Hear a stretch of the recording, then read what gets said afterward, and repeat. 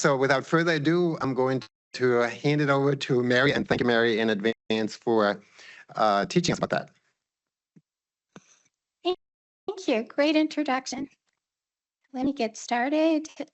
If you have a chance, go back and do the QR code. We'd like to know your level of AI use. All right, so here's the agenda. We're going to talk about GenAI and higher ed. Excuse me. The paradigm shift that's happening, the consequences of what's happening, the why I'm actually doing this presentation. And then we're going to talk about instructional design, because that's the solution. And then I'm going to do a Padlet orientation and talk about my research. It's part of my research. But the Padlet, I have all these resources that I put together to help you. And so we'll get to that a little later. So AI is a big disruption, especially for education. November 30th of 2022, ChatGPT was released, and it was heavily adopted. So the current phase in 2024 to 2026, there's agentics, and it's a tool for, we consider it a collaborative thinking partner, a learning co-agent, and a workforce skill enabler. So currently, that's pretty much the focus of everyone. So higher ed, I have to tell you, they're right in the middle. The faculty are upset. They know students are using AI to do their homework. They're at a loss. And I'll show you some instances of the research that really solidify that that's actually happening. Then we have the employers on the other side. They are wanting our graduates to come out with GenAI competencies. So they're in the middle of it. They're trying to navigate it. IU is actually doing a lot of work to educate, train faculty. So this paradigm shift, let's highlight higher ed. They have seen this shift. It's similar to the introduction of computers and the internet. Students are using AI to do. So you might ask, why do I have to change my instruction? Why can't I just ban AI in the classroom? I wish that was possible for a lot of faculty, because a lot of faculty, they're experts in their field, and maintaining expertise takes a lot of time and energy. And then you got research and the service commitments. So, but there is a really good reason, and I'm going to provide you sequentially with some evidence to convince you that we really have to change how we're teaching. So the study by a higher ed, Inside Higher Ed, it was a student voice survey. They surveyed 1,047 students at 166 2- and 4-year public and private nonprofit institutions in the US, and they found that 85% of students relied on GenAI to do their work. So this is significant. I find that in my classroom, and I had to redo my assignments. And I can tell you that 15% correlates with the elderly students in my classroom. The young group, they're using GenAI. Justin Hudson's at IU organized a student-run survey of GenAI use among IU students. And this one stood out to me as one I want to put in this presentation. It identified that 50% of our students surveyed purposely misspelled words or used poor grammar to disguise that they used GenAI. So here's this study I really loved because it was done by MIT, and this study was called Your Brain on ChatGPT. So the researchers used EEG, and that's why I have that picture right there, to record participants' brain activity in order to assess their cognitive engagement and cognitive load. And you know cognitive load theory, it's how much effort a student is exerting while they're doing a task. They want to gain a deeper understanding of the neural activations during an essay writing task. They also interviewed participants after the essay.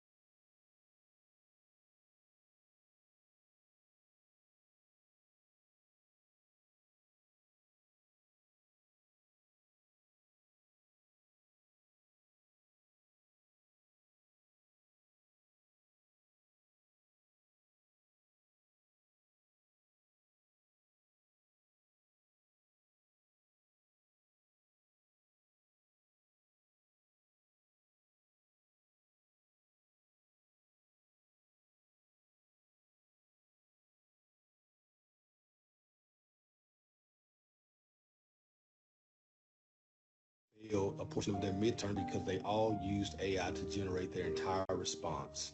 And apparently they didn't proofread it.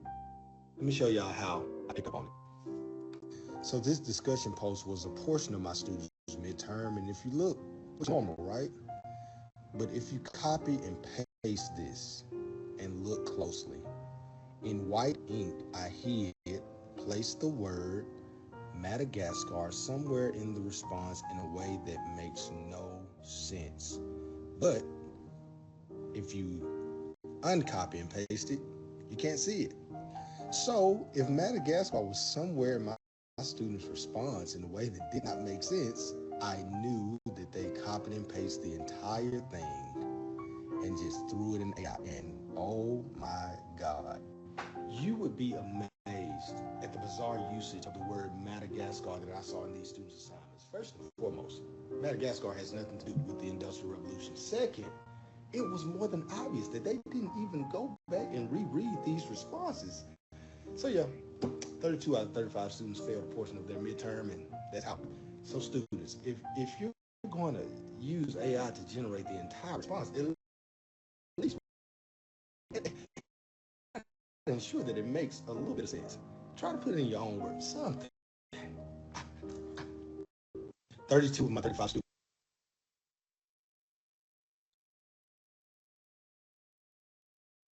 So it was really powerful. He was frustrated. If you see him on other sections of he's doing a lot of videos for TikTok.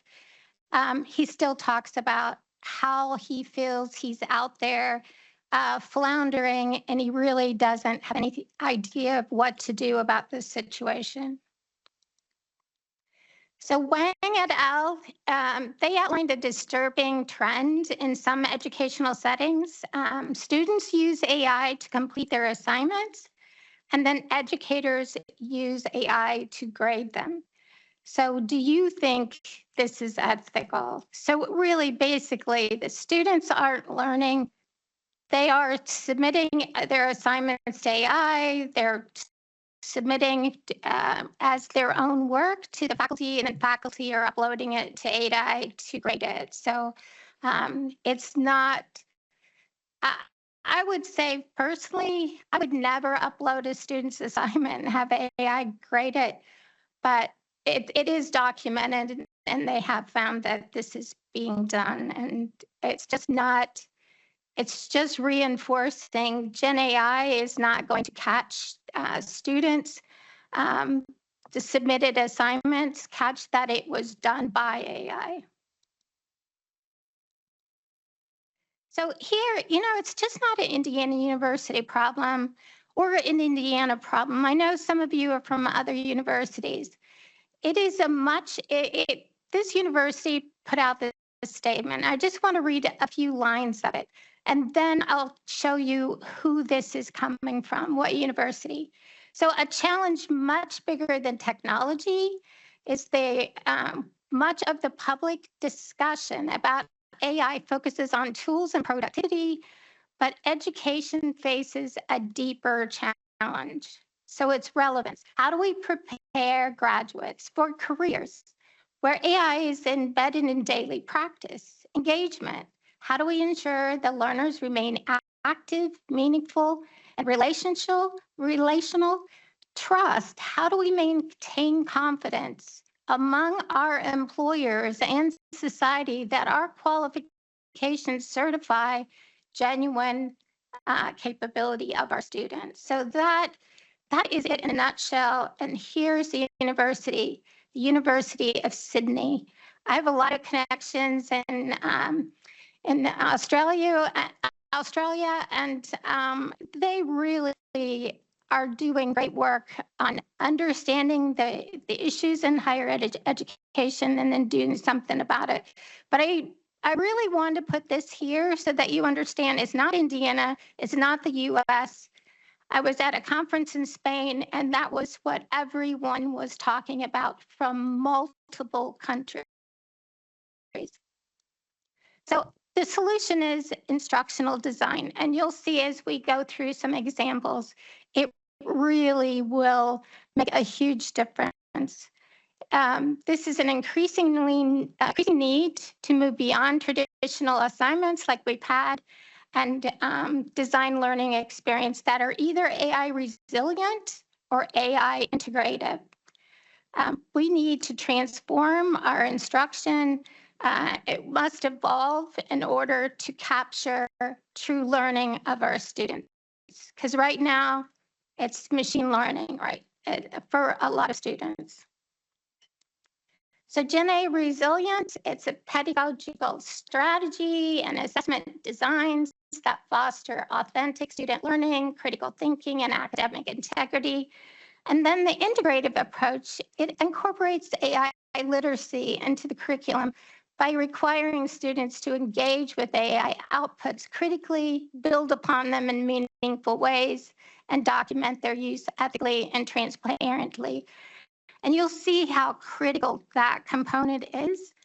And it actually, one of the examples that I think is excellent, it actually has the student going back to the sources that the faculty provide to either validate or dispute the AI responses. So the resilient, again, it's a strategy. It fosters authentic student learning, critical thinking, and academic integrity. But I had to add this note. From a year ago, resilience was much easier to do, but the AIs have now gotten to a level of sophistication. It's going to be much harder. So rather than merely trying to detect or ban AI, these methods aim to make assignments inherently resistant. So we'll go over that in just a second. So here's some core strategies for resilient. Again, it's only a few assignments that I can see that this would work. We're going to focus on process over product, break large high-stakes assignments into smaller scaffolded steps, like have them do the proposal and then turn that in, outline, annotated draft, final paper. But again, I even think this is flawed with the new technology and the updates. Emphasize personalization and local context. This works very nicely. Create assignments that require students to connect their core concepts to their unique lived experiences. I did this in class, had them create a survey, surveyed other groups, then analyze their results. It was perfect because nothing AI could do would help them. Incorporate metacognitive reflection. Ask students to reflect on their learning process, such as submitting a reflection memo. At least that kind of going back, looking at the information, if they got it from AI, it causes them to reflect on the information, and hopefully it's not as severe cognitive download. So what ChatGPT is not good at, and you might think about these as resilient options, it's not good at podcasts, it's not good at oral presentations or defenses, handwritten work, real-time polling, and very specific assignment instructions. But again, as AI gets more sophisticated, these options are becoming far more limited. What is really good is GenAI integrated assignments. And like I said, I'll show you the examples in a little bit. You'll find that it intentionally integrates GenAI as part of the student experience. It's providing the AI literacy. As part of the integrated design, students compare GenAI-generated outputs against their course materials and scholarly sources. So they have to validate the information, identify inaccuracies, dispute unsupported claims, or explain how that answer aligned with what the students found in the textbook. We are finding across the country that students are really not wanting to read. That's the easy solution, upload to AI. But by having the students then go back to the textbooks, that's where the deeper learning occurs. So the most valuable realization that I found for students is understanding bias and inaccuracies generated by GenAI. So that's why I really love GenAI integrated. We are preparing students for the workforce. We need to find out actually how is AI used in the workforce, in the future job that they're going to obtain. And we've got to make sure that we are in whatever class, you could have one instructor per semester, however you can do that to make sure that they have that and they're proficient. So trying to ban AI is not going to work, and we really need to focus on creating a curriculum, target those instructors who really understand how AI works and who can teach the skills that they are going to be expected to do in the workplace. So here's the key differences. In GenAI Resilient, the focus is minimizing or banning AI, focusing on human-only skills, and examples like in-class handwritten essay, oral exams, podcasts. GenAI Integrative uses AI as a tool for learning, like brainstorming, critical analysis, and understanding ethical use and bias. Example, critiquing an AI-generated essay, validate or dispute, cite using traditional sources as their evidence. So now we're going to go to where I have put all our resources, Padlet, in this.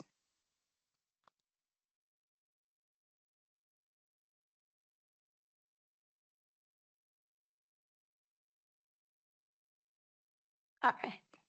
Can you see it? All right. So I created this Padlet, and I've all these resources for you. So the first one I'm going to talk about is if anybody did this survey, we're going to see if I don't have any responses.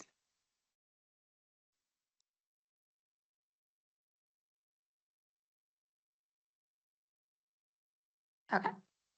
The second part, we're going to talk about, there's an application that Terrence and I have been working on. This is part of my research. We've now submitted for a patent on it. These are two technologies that you can take your traditional assignment, and this is only for IU. Unfortunately, it's not open to everyone else. But you can submit your traditional assignments and it'll transform it either into an integrative GenAI integrative assignment, or it'll transform it into a resilient assignment. So you just click on this.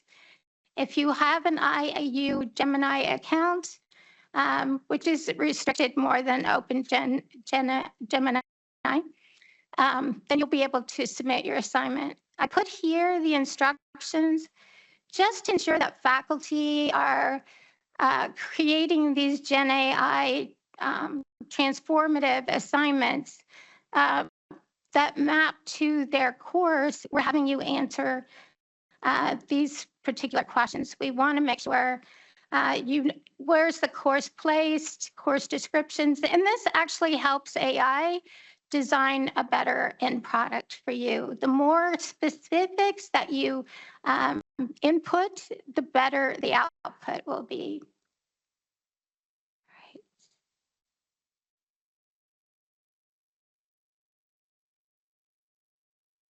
All right, am I back? Okay. All right, so that is those apps. But I also create examples. So you don't have to use the app if you don't want to. You can actually use some examples of what I created. I love this one. This is a perfect one. Remember, this is a higher level nursing student. It was actually a faculty who teaches, Margaret, who teaches at our campus. She does labor and delivery. OB is her specialty. So I took her, she wanted it transformed. So I took one of her assignments and then transformed it. So the introduction is all hers, but then we get into the transformation. So the student guidelines for using GenAI in a clinical judgment case study, it really specifies exactly what they're supposed to do and give them examples, and they have example prompts. So the flow that they're being told to do is to ask AI, validate it using the sources provided, instructed by the instructor, and then cite their sources that they're using. So ask GenAI clinical questions, look it up in your textbooks and course materials, and then approve sources that's listed. So this is Bloom's and at taxonomy, which is really where we want them to be. They're an analyze. That's the one I've assigned to this one because they're analyzing the output. They're going to, we even specifically gave them a validation example, this is a dispute example. It's just really an excellent way to give them the skills. This is training them to understand AI is not perfect and how they can validate and dispute. And what they'll find out is AI isn't the be all end all. It's lots of mistakes. A lot of things need to be corrected. Then they're going to complete the comprehensive review. And what's really interesting is that in this, when I uploaded this, when it came back out, the rubric, there was less points with dealing with the AI output, but more points assigned to the reflection. So it was actually amazing. The instructor, I sent it back to her after it was done, and she loved it. So it even gives examples of how to validate, how to talk about nuanced and expanded, what they had to do, and the disputed ones. And then the citations, this left nothing for the students for the first time, left no opening for them to do something incorrectly. That's what I really loved about this output. Then we listed the course sources, go on, required disclosure format. They even were learning the skill as when they do use AI, how are you going to disclose it? And then it talked about additional requirements. So then it starts the case study. So the students, here's the orders, here's the position, all this. So all these, each section, they would be putting it in AI and getting the answers, and then checking for validation, etc. So I'll go back here. I want to show you, this is step-by-step unfolding. Strips are happening. Students have to interpret it. So here's what I really loved is the reflection. And this is a group activity, so it seems overwhelming that you would have one student do it, but it's a group, usually 3 to 4 students. So the reflection, how accurate was the GenAI output overall? And it tells them what to consider. So like I said, again, it's not giving them any chance to make quick answers that are really not relevant, or they didn't ask or discuss things deep enough that the faculty person felt that they really understood how important the accuracy of the GenAI output is. So these are what to consider. These are the guidelines. Then reflection B focuses on clinical judgment and reasoning, which is really important for nursing students. Reflection C is what to consider. What are the ethical implications? What are the AI biases that affect clinical practice? This was really important because we have to worry about in nursing to make sure students understand the underrepresented groups and how medical outcomes for them are predetermined in many ways and why that's important. The next reflection D is what to consider. What did this exercise teach you, which is really valuable? How will you apply this critical evaluation skill in clinical practice? And what will you do differently the next case study? So again, reflecting on their performance. And the last one, what will you do differently? And then it talks about a reflection grading note. I thought this was really good, step-by-step instructions. It was excellent. And this talked about this section, ethical and bias reminders. This is not part of the assignment. It's just an education to the students about accuracy and bias. And then here is where I wanted to show you the majority of points were not in the actual GenAI output. It's the validation is 30 points. The Comprehensive reflection is 45. Citation and disclosures is 15, and 10 points is the professionalism. So just absolutely amazing how that helped students. Sure. Microphone again. So this is really fascinating. As you were talking about it, this, looking up the literature and validating, I was wondering whether you measure how many times the student actually corrects the AI engine. Like how many times does AI make mistakes? I think we all remember when ChatGPT used to hallucinate. Yeah. So of course a fake citation is fairly easy to identify, but I feel that has abated, and in the future, AI might be pretty perfect drawing responses from literature, and then the student might ask, well, why do you want me to do this? It gets it right all the time anyway. Well, actually, it's not getting it quite perfect currently. It's far more sophisticated than it used to be, but the fact that they have to validate gets them back into the books. And why do they have to do it? It's to make sure that learning occurs, because they have a licensure exam at the end of the nursing program. Luckily for us, a large portion of our grades for them every semester is the test, but you really want them doing case studies. You want them learning from their mistakes.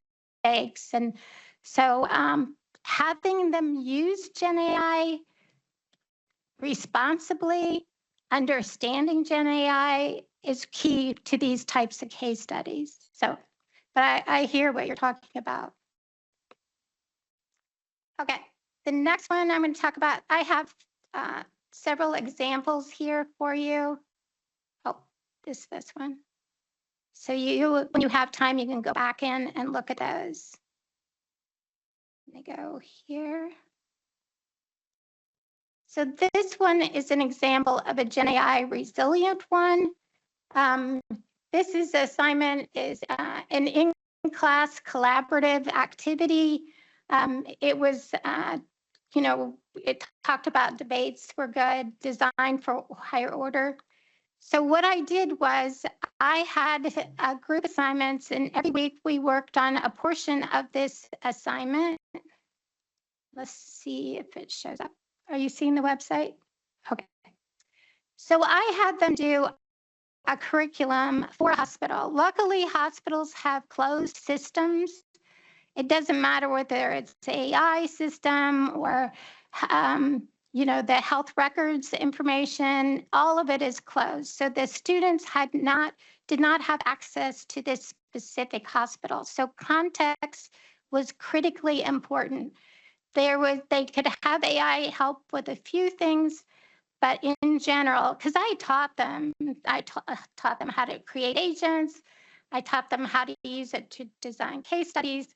But this one, I really wanted them to dig deep and design a curriculum for a hospital for an identified problem that they decided was really important. And I'll tell you what they said. They said that the diabetics, type 1 and type 2 are constant. It's like a revolving door. They're coming in, they're not compliant. They were frustrated because the care, many of them have to have extended amputations. So they just felt so frustrated because they were constantly seeing the same patients. And this was a group of 3 students. So go through all their, sorry about that. So home is the first one, and they talk about empowering patients to thrive. Here's the 3 students. And their mission was to provide diabetic patients with the knowledge and resources necessary to manage their condition effectively and prevent hospital readmissions. So they had to do a needs assessment of the community.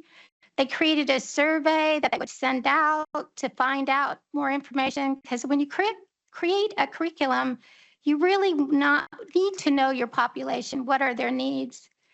They had to create a budget, and that was placed on here. We talked about what room do you use, what equipment does that room need? Things like that. So they had to create that budget. They had to create an interdisciplinary team. So they had to find out from the person who worked there in their group, what would we do as part of the team, and then find out those team members, what were their specialties, what could they bring to the table to help the other nurses. And then business plan. I really think for master's students, having a business plan is really, really important, especially working, you're a nurse educator at a hospital. You need to be able to put together a business plan for something that you think is really important for you to do. And it's going to cost money. So business plan, showing cost effectiveness is really important. And then nurse educators, the role that they have in design and evaluation. And then the last one was how to contact them. So they did all this work. We worked on it the last probably 4 weeks of the class. We took about an hour of the class time for them to work on this. And then they uploaded it or created this website. Right.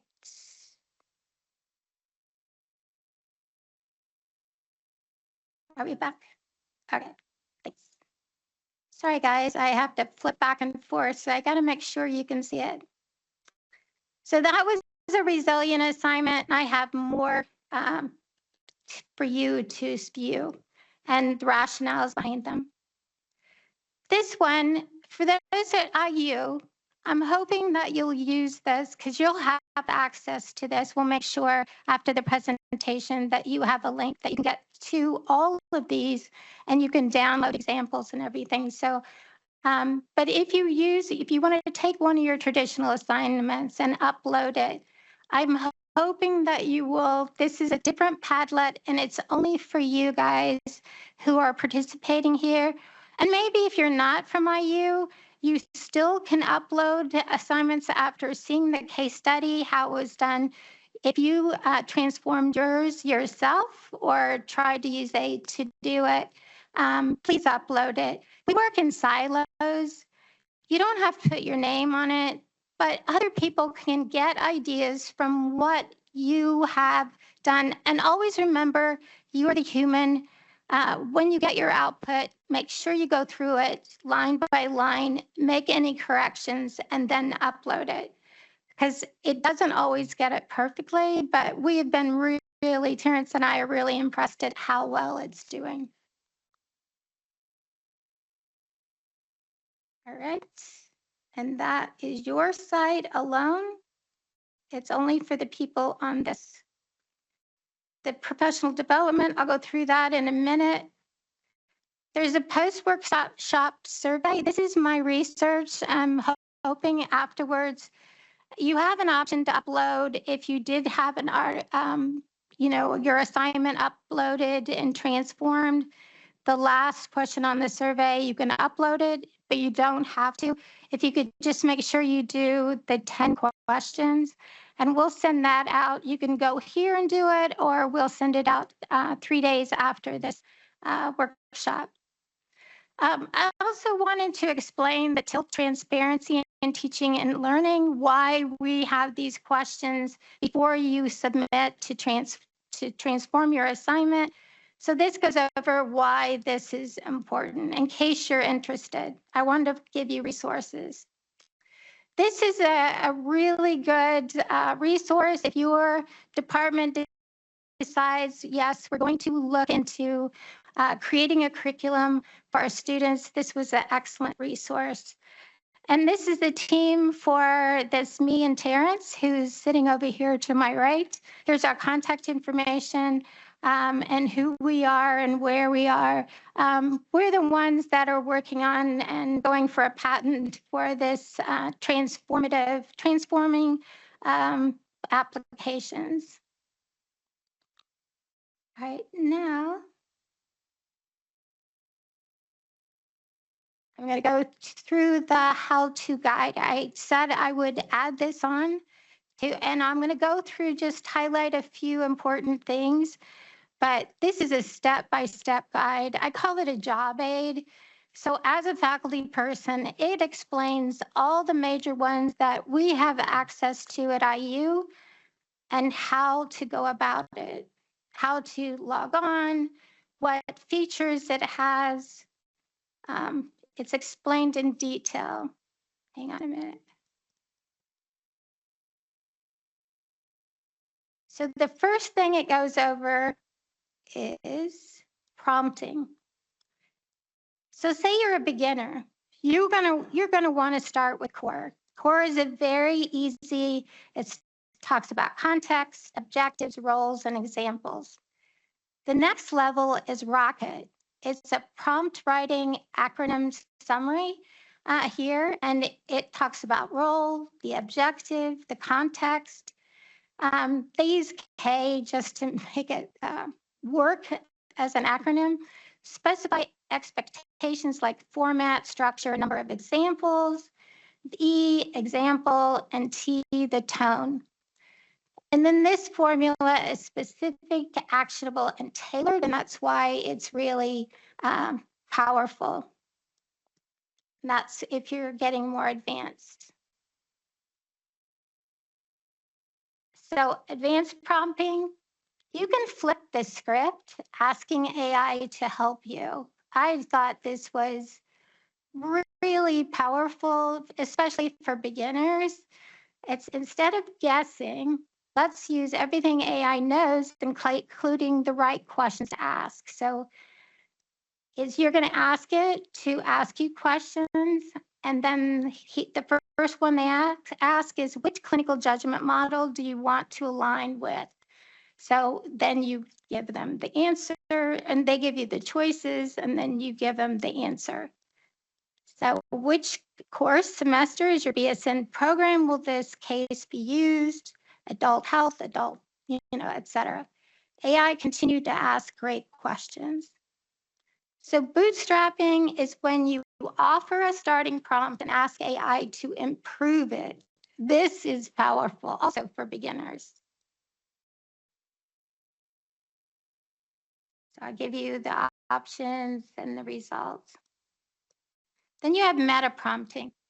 This is where a prompt you're going to talk about. I'm a busy professor trying to organize my course assignments and meeting notes. I'm sure everybody's doing that right now. Return a 10 out of 10 outstanding prompt that I can use right away to receive great advice on solving this problem.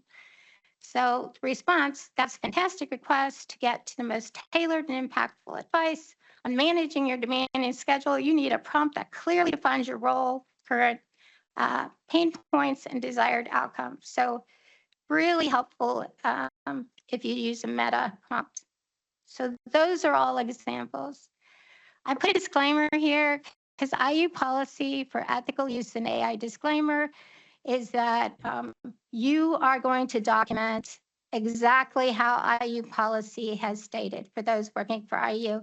For other, and for editors at journals, you need to check what their policy is.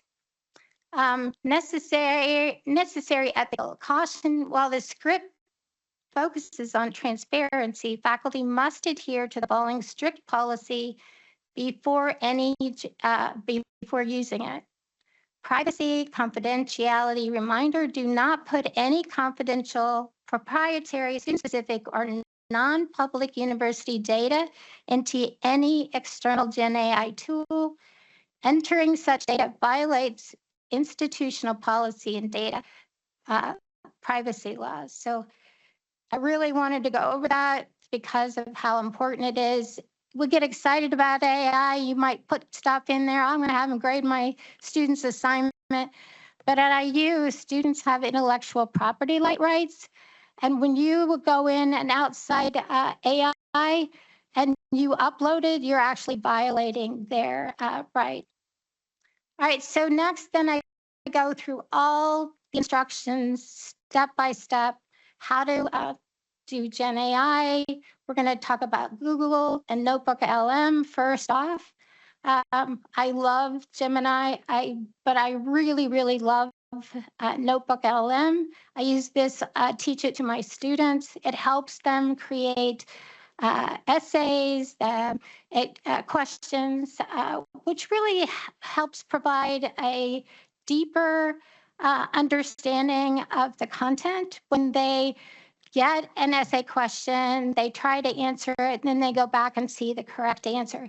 And NotebookLM only uses the sources students upload. So I showed them how to take their chapter.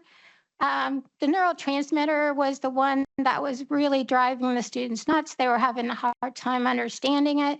So I had them copy and paste that content into NotebookLM and create quizzes for them, essay questions.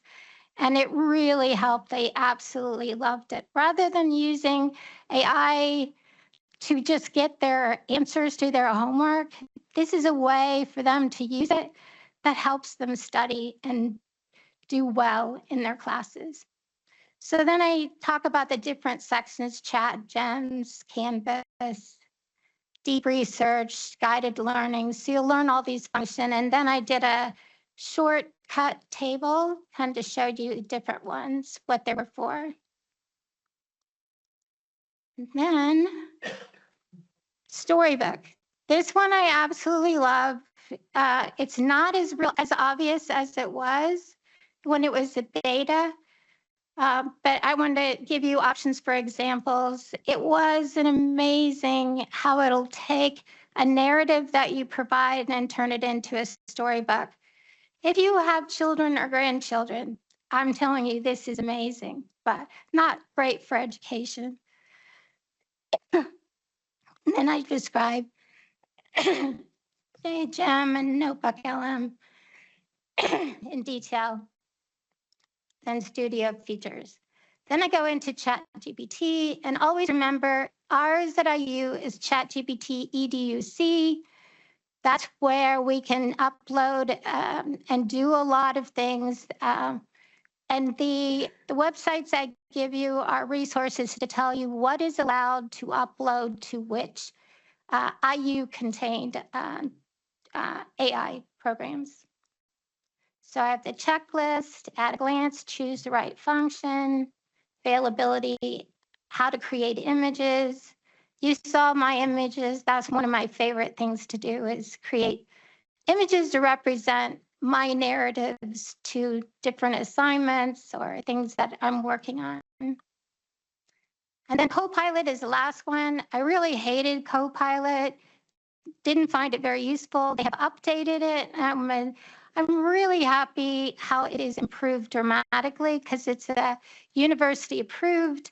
And I really need it for quick. I have the work Copilot, and I can do quick things using it, and it's doing a much better job. So I'm much happier with it. Here's all the resources at IU, how to sign up for these different closed systems that we have at IU. And the last thing I talk about is, if you're a beginner of AI, at IU, there's a lot of things you can do to get training that provides incredible experiences. I did the faculty fellows, the GenAI faculty fellows, and that's where I got started. And once I really became proficient at all the different AIs and learning how they worked, I realized it was instructional design. And that's my background in Bloomington. I did instructional systems technology. And that's where I got a lot of my instructional design experience. But that's when I realized it's the combination of both that is really, really important. But you don't have to be an instructional designer. You've done a lot of designing yourself. You just need to pair the two together. You can't just rely on AI. And that is it. Okay, so any questions?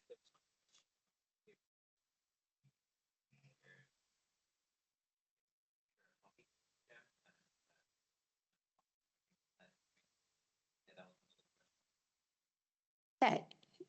We are going for a patent, so we cannot, what we coded, what information we input to create. It's a stage agents that it's called a multi-agent architecture that we designed. It has 3 separate phases to it, but all the content is copyright protected because we're in that process of creating patents. If the patents do go through, then outside of IU, we'll have an opportunity to use those. So, but for now, it's only limited to people within the IU system. And what we're doing, we do not have access. If you input it there, get your output, we do not have access to that output. That's why we're asking you to upload it either in this last question in the survey or on the extra Padlet that I created just for your group, because we want to look at what are the outputs stating.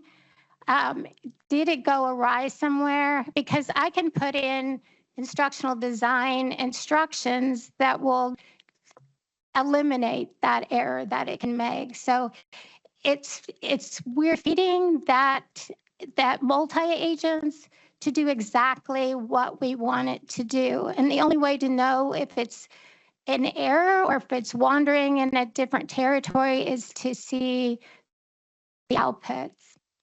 Good question.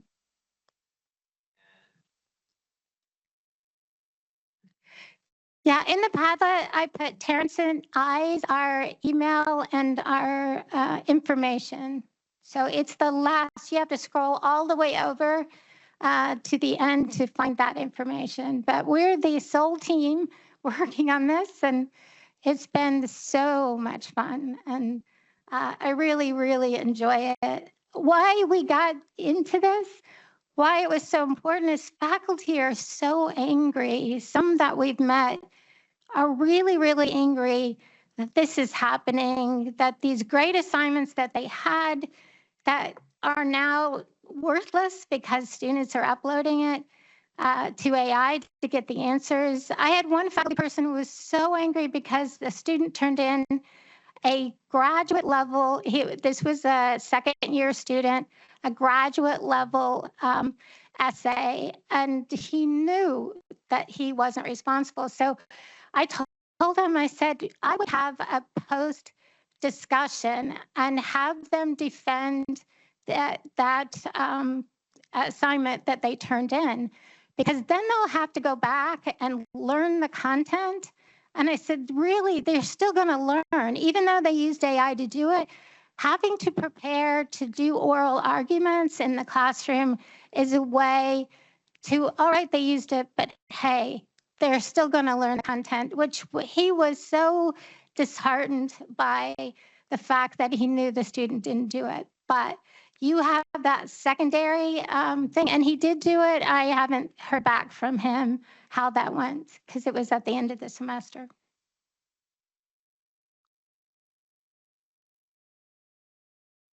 I got my own microphones and I'm much more dangerous, but we only have 2 more minutes. So I'm going to ask you a really, really big question. And that is the following. You spoke about the development of critical thinking abilities, okay? And of course, we as dyed-in-the-wool educators, we want our students to have those abilities.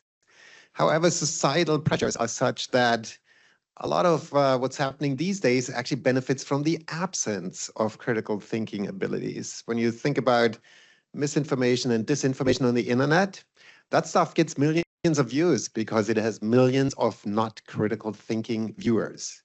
So how do you reconcile this, the battle of old that we're still fighting with the newish tendencies for this to go out of fashion? I think, to me, it boils down to like cognitive load theory, critical thinking, those principles that are critically important to prepare our students for the workforce. If they don't graduate with those skills, it's devastating to the employer to hire a student who has an IU diploma and they are lacking those skills. So I understand what's going on in social media, but I think in a classroom, I just put, in my classrooms anyway, I put this boundary of what's acceptable. And my assignments are having them focus on the most important things that I need to teach them. And critical thinking for me is one of the key things that I have to do to prepare them for when these nurses graduate. They're going to be expected to understand evidence-based practice, because that's how we change practice. So something on social media influencing their thought processes is counterproductive, because in those the employers hire them and they want them part of a team for evidence-based practice. Social media is not allowed. So it's mostly thinking about what is it in your classroom that's important, and focus on that. I hope that. Well, with answers your that, thank you. That was a good answer. With that, thank you very much for this wonderful presentation. Thanks for all the resources you've shared. I know a lot of our viewers will go there. I certainly will. And hopefully this will not be the last conversation on the subject with you. So thanks for coming and presenting. It's my passion. Thank you.